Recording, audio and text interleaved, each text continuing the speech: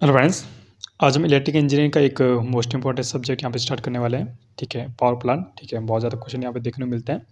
आपको बता दें, इस सीरीज़ में हम आपका जो बेसिक आपका सॉरी यहाँ पे जो इलेक्ट्रिकल इंजीनियरिंग कैप्सूल सीरीज़ यहाँ पे चला रहे हैं।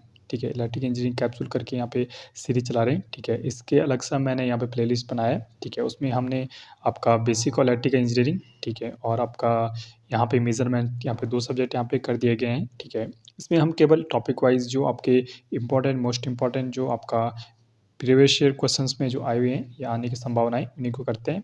मैं आशा करता हूं कि आपने पूरी थ्योरी यहाँ पे कंप्लीट कर ली होंगी। ये आपका सिर्फ कैप्सूल है। कैप्सूल मतलब आपका जो चैप्टर से आपका मोस्ट इंपॉर्टेंट जो टॉपिक होते हैं, जहाँ से हर समय आपके क्वेश्चन आते हैं, उसी का आपका रिवीजन करना होता है। ठीक है, बाद बाकी ऐसे डीप जाना या पूरा सब्जेक्ट पढ़ाना हमारा उद्देश्य नहीं होता है।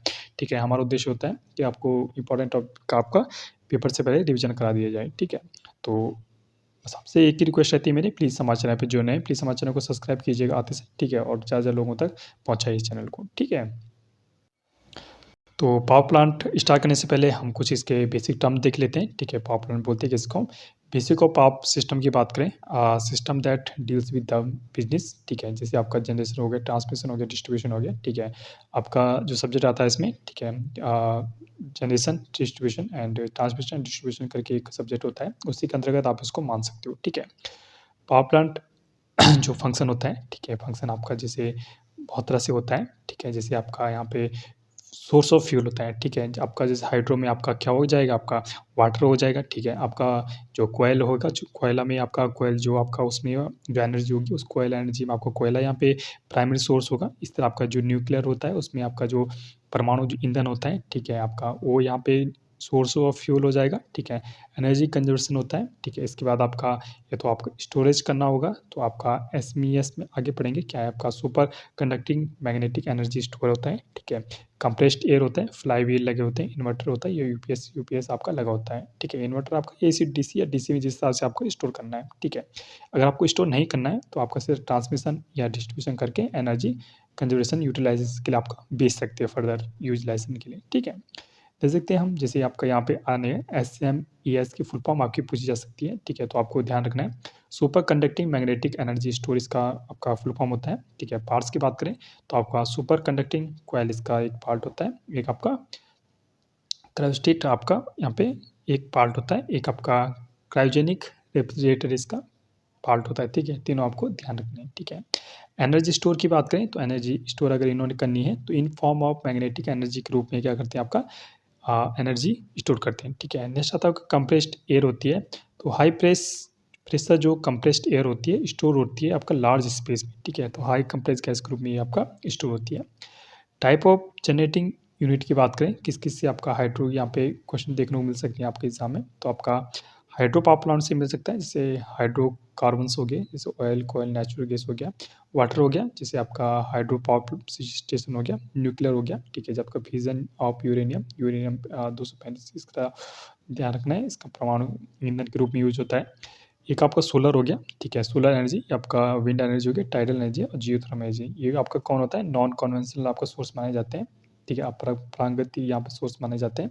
तो यहाँ से आपका जो 7 यहाँ पे सोर्स हैं, इसी से आपके क्वेश्चन बनते हैं जो आपको मोस्ट इंपॉर्टेंट, हम ये इसको बहुत हल्के में लेके चलते हैं, लेकिन 1 से 2 क्वेश्चन आपका आते हैं, उसमें हम गलत करके जाते हैं और 1-2 नंबर से हम एट से चक जाते हैं। ठीक है, इसलिए आपको बहुत अच्छे से इसको जानना है। ठीक है, एनर्जी सोर्स की बात करें तो आपका नॉन कॉमर्शियल होता है, जैसे आपका फ्यूल वुड्स हो गया, एग्रीकल्चर रेसिस्टेंस। ठीक है, एनिमल जो एनर्जी होती है। ठीक है, कॉमर्शियल की बात करें तो कॉमर्शियल में आपका 2 आपका कॉन्वेंशनल हो गया, एक नॉन कॉन्वेंशनल, मैंने अभी जो ऊपर बताया था, पारंपरिक जो हम परंपरा बहुत पहले से ही हम यूज़ करते आए हैं, जैसे आपका कोयला हो गया, नेचुरल गैस हो गया, हाइड्रो हो गया। ठीक है, नॉन कॉन्वेंशनल जो आपका जैसे सोलर एनर्जी होगी, विंड एनर्जी होगी, जो आपका अपरंपरागत है, जो हम नहीं, जिसका जो आपका पर्यावरण में कुछ भी आपका नुकसान नहीं होता है जिससे। ठीक है, नॉन रिन्यूएबल की बात करें तो कोयला पेट्रोल क्या है, नॉन रिन्यूएबल है। ठीक है, एक बार इश्यू होकर खत्म हो जाएगा।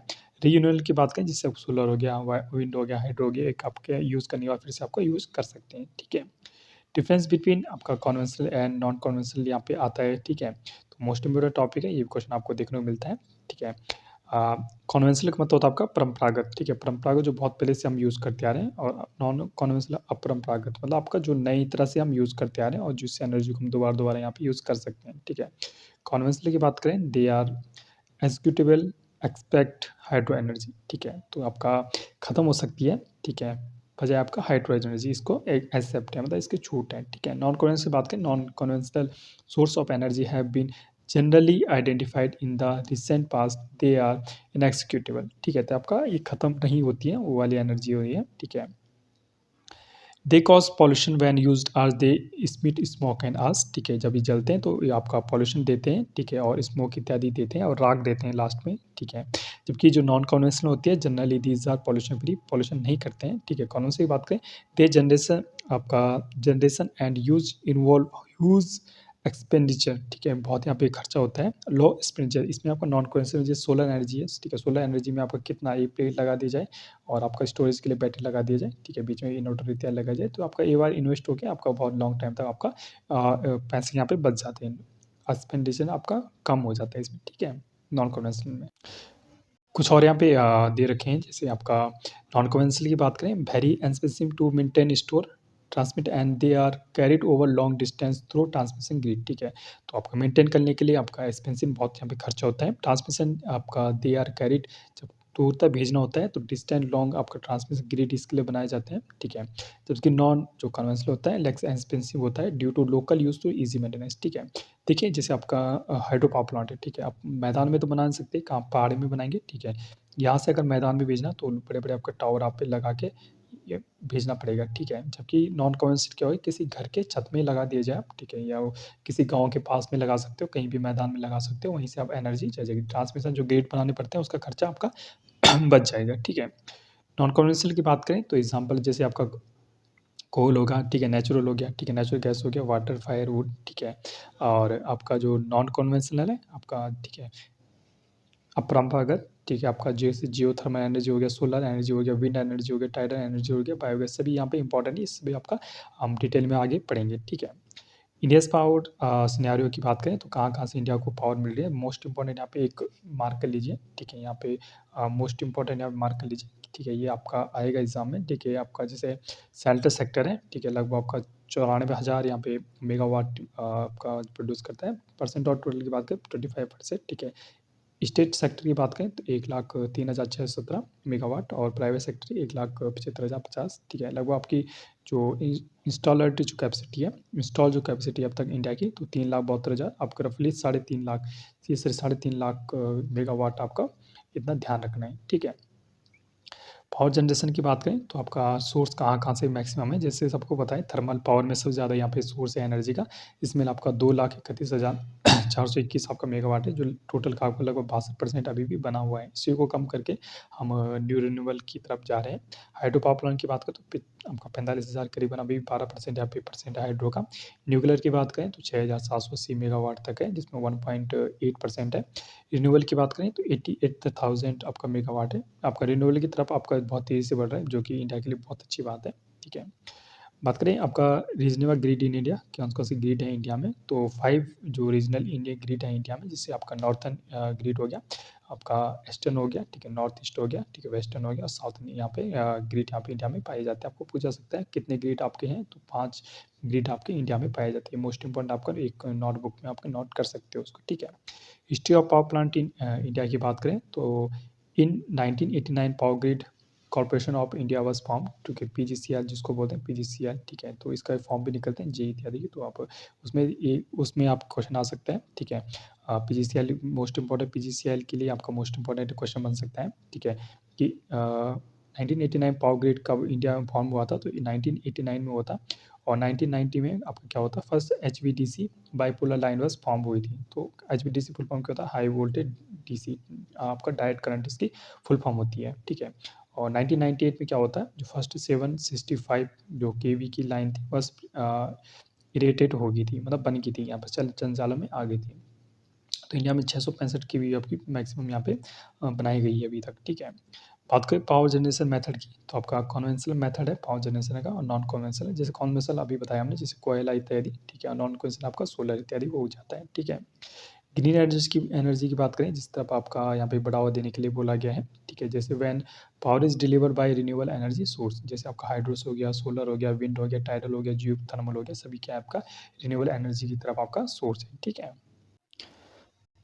बात करें आपका कॉन्वेंशनल पावर प्लांट स्टेशन की, फर्स्ट में आता है आपका हाइड्रो पावर प्लांट, ठीक है। India's first hydro project erected in आपका दार्जिलिंग 1997, ठीक है। तो आपका जीके की स्टैटिक जीके मानी आपका कहीं जेईई में आपको पूछ सकता है, ठीक है। तो आपका नोटबुक में बिल्कुल यहाँ पे नोट कर देना है, कहाँ पे आपका दार्जिलिंग, ठीक है। दार्जिलिंग में होगा था कहाँ पे 1897, अंग्रेजों के ज़माने में स्टार्ट हो गया था 1897 में, ठीक है। ये क्या करता है आपका पोटेंशियल एनर्जी होता है, एक डैम बना के हम यहाँ पे पानी रोक लेते हैं, ठीक है। यहाँ पे हम पानी रोक के एक डैम बना लेते हैं, ठीक है। यहाँ पे पानी रोक के एक डैम बना देते हैं जो पोटेंशियल एनर्जी यहाँ पे बना लेता है। इसके बाद जब पानी को एक डैम के द्वारा यहाँ पे, ठीक है, यहाँ पे जल है, ठीक है, डैम के द्वारा यहाँ पे नीचे एक टरबाइन पे यहाँ पे छोड़ा जाता है, ठीक है। तो यहाँ पे एक जो आपका पोटेंशियल एनर्जी होती है काइनेटिक एनर्जी में चेंज हो जाए, जो आपकी हाफ एम बी स्क्वायर होती है, ठीक है। इसके बाद ये आपका ठीक है प्राइम मूवर को घुमाकर, ठीक है, ये क्या करती है इलेक्ट्रिक एनर्जी प्रोड्यूस करती है, ठीक है। ये बाद में हम डिटेल में जानेंगे। वाटर स्टोरेज आपका सर्टेन हाई लेवल पे रखा जाता है। ये आपका डायग्राम है, ये सभी ने देखा होगा ना एक ना एक बार, ठीक है। हाई हेड पर रिजर्वायर यहाँ पे बनाया जाता है, यहाँ पे डैम बनाया जाता है, यहाँ पे वाटर फ्लो होता है, यहाँ पे एक गेट बनाया जाता है, ये प्रेशर टनल होती है, ठीक है। यहाँ पे सर्च टैंक क्या करता है, जब बहुत ज़्यादा यहाँ पे पानी कभी आ जाता है तो यहाँ पे ऊपर की तरफ आपके स्टोर कर लेता है, बाद में जब यहाँ पे कमी पड़ती है पानी की तो ये पूरा पानी छोड़ देता है। ये आपका प्रेशर टनल आपका सर्च टैंक का काम होता है। ये पेन स्टॉक होता है जिसके द्वारा यहाँ पे पानी जा रहा है, ठीक है। यहाँ पे एक इन्वर्टर वाल्व होती है, ठीक है। यहाँ पे टरबाइन लगी होती है, ठीक है, जो आपका प्राइम मूवर का काम करता है, ठीक है। और यहाँ पे एक इलेक्ट्रिक जनरेटर होता है जो एसी यहाँ पे प्रोड्यूस करता है, ठीक है। जैसे हमने 11 की भी यहाँ पे जनरेट कर दी तो ये आपका स्टेप अप यहाँ पे लगाया जाता है, जो आपका हाई लेवल आपका जैसे 66 केवी, ठीक है, 220 केवी में आपका कन्वर्ट कर लेता है, हाई वोल्टेज में यहाँ पे कन्वर्ट कर लेता है, इलेक्ट्रिक केबल के द्वारा ये आगे फर्दर के लिए भेजा जाता है यूज़ के लिए, ठीक है। लास्ट में ये यहाँ पे ड्राफ्ट ट्यूब लगाया जाता है जो पानी को बाहर निकाल देती है, ठीक है। बात करें power in hydro electric power plant की, तो पावर कैसे निकाला जाता है, तो P इक्वल होता है 9.81 इन 10 की पावर -3 इंटू WQH जो नीटा होता है किलोवाट, ठीक है। या इसको 0.736/75 क्यू WQ, इसका आपको फॉर्मूला मोस्ट इंपॉर्टेंट, आपका कोई अगर नोटबुक आपके पास है तो इस फॉर्मूले को आपको याद रखें। ये बहुत जगह SSC जे में पूछा गया है, ठीक है। यूपी PCL में भी आपका पूछा गया है, तो आप बहुत जगह आपका एनर्जी है तो आप क्वेश्चन के फॉर्म में दिया जाएगा। ये सिंपल आपका ये फॉर्मूला आपका देखने को मिलेगा ऑप्शन में, आपको ये टिक लगाना है, ठीक है। ये फॉर्मूला आप याद कर लें 9.18 10 की पावर -3 WQ, इसमें W क्या है आपकी स्पेसिफिक वेट आपका वाटर का जो आपका केजी पर मीटर क्यूब में होता है, जिसको सिंपली आपका कभी-कभी आपका 1000 माना जाता है W का मान, ठीक है। क्यू क्या है आपका rate of flow of water जो आपका मीटर क्यूब पर सेकंड में यहाँ पे नापा जाता है, ठीक है। एच क्या है height of fall and head in meter, dam कितनी ऊंचाई पे है यहाँ पे इसकी ऊंचाई होती है। और नीटा क्या होता है ओवरऑल एफिशिएंसी, ठीक है। एफिशिएंसी को नीटा से यहाँ डिनोट करते हैं, वो यहाँ पे दी गई है, ठीक है। फैक्टर्स बिफोर कंस्ट्रक्टिंग प्लांट, तो आपका जो हाइड्रो पावर प्लांट बनाने से पहले क्या यहाँ पे देखा जाता है, ठीक है। कैपिटल कॉस्ट ऑफ प्लांट बहुत ज़्यादा कैपिटल यहाँ पे लगती है। Capital cost of erecting and maintaining transmission line, ठीक है। ट्रांसमिशन में भी इसका बहुत ज़्यादा यहाँ पे पैसा लगता है, ठीक है। बात करें cost of energy generation should be minimum, ठीक है। और बात करें elements of hydro power plant में क्या क्या एलिमेंट लगते हैं, सबसे पहले हम स्टोरेज आपका रिजर्वायर बनाया जाता है आपका जल रोकने पानी रोकने के लिए, एक डैम बनाया जाता है यहाँ पे, ठीक है, यहाँ पानी रोकने के लिए। फोरवे बनाया जाता है, ठीक है, पानी को नीचे ले जाने के लिए। अल्टरनेटर लगाया जाता है जो आपका प्राइम मूवर को घुमाने के बाद एसी जनरेट करता है। स्पिलवे जो पानी ले जाने का स्पिलवे कहलाता है। इन टैंक यहाँ पे लगाया जाता है। वाल्व गेट लगाया जाता है बीच में, ठीक है, जो आपका क्या करता है बीच में पानी को रोकने या खोलने का काम करता है। ट्रांस रेज लगाया जाता है, टेल ट्रांस लगाया जाता है, ठीक है। ड्राफ्ट ट्यूब लगाया पेन स्टोक लगाया जाता है। सर्च टैंक लगाया जो एक्सपेंड जो ज़्यादा पानी को स्टोर कर लेता है, बाद में अगर पानी की कमी पड़ती है प्राइम मूवर को तो यहाँ से ऊपर से छोड़ देता है, जो एक्सटर्नली इसमें बना रहता है पानी। प्राइम मूवर या वाटर टरबाइन इसमें लगाई जाती है, ठीक है। क्लासिफिकेशन अकॉर्डिंग टू एक्सटेंड और वाटर फ्लो रेगुलेशन, ठीक है। तो रन ऑफ रिवर प्लांट होता है आपका, एक होता है आपका जो रिवर में चलता जाता है, ठीक है, इसमें पानी स्टोर करने की ज़्यादा आवश्यकता नहीं होती है, आपका चलता जाता है पानी। Run of river plant without pondage की बात करें तो लो कैपेसिटी का बनाया जाता है। सम आपका hydro plants are so located that water is take from river directly and no pondage or storage he possible, तो आपका जहाँ पे स्टोरेज पॉसिबल नहीं होता है वहाँ पे ये डैम बनाए जाते हैं। दे कैन नॉट यूज आज when desired but only when water is available, ठीक है। तो जब वाटर अवेलेबल होता है तभी ये काम में ले जाते हैं, अन्यथा नहीं लिए जा सकते क्योंकि नदी का पानी कभी भी सूख सकता है।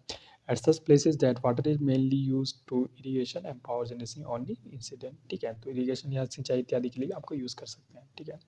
तो आज के लिए फिलहाल इतना ही, ठीक है। अब जुड़े रहिए आप, बिल्कुल इस कमेंट बॉक्स में बिल्कुल बताइए कि कैसे लगी आपकी वीडियो, इसका आगे लेक्चर लाने के लिए नहीं बिल्कुल बताइए, ठीक है। और अपने दोस्तों के साथ शेयर कीजिए और सब्सक्राइब कीजिए हमारे चैनल को। Okay friends, stay tuned, thank you.